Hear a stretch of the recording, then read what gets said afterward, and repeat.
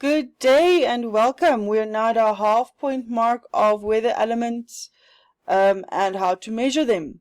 So we have done temperature, rain and humidity so far in our previous few videos. Now we are going to look at clouds.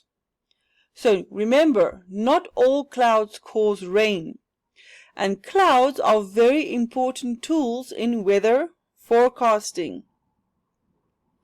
Okay, so sometimes in Windhoek we can see there's a very thin layer of clouds rolling in, which means we're going to have a cold day the following day. And that's how clouds help with weather forecasting. Now this is a trick that not everybody knows. If you know what these words mean, then you'll know what kind of clouds we're looking at. So the cirrus or cirro means high clouds, which means they're very, very dusty, very thin clouds that are very high up, and it's about 7 to 15 kilometers above the earth. Alto, if the cloud's name has alto in it, it means it's mid-level.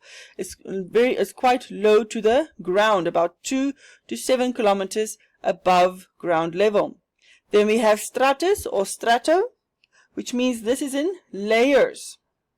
Okay, so if this is a cirrostratus, it's high up in the air, high up in the atmosphere, and it is very layery, very dusty.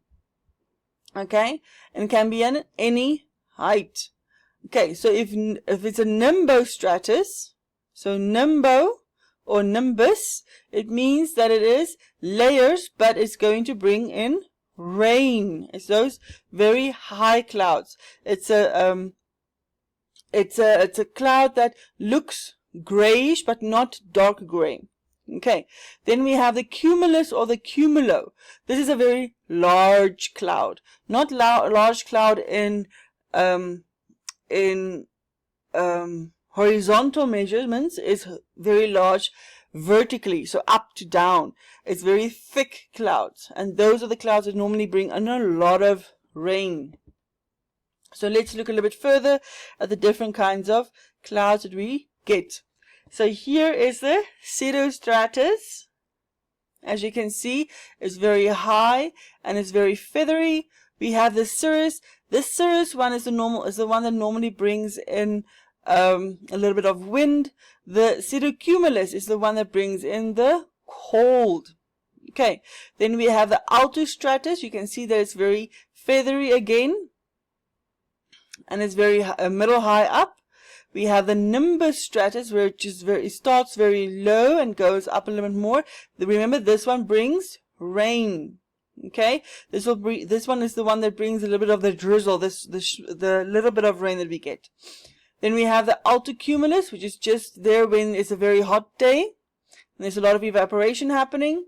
We have the stratus, which is also one of those clouds that accumulates into nimbostratus or into the cumulus.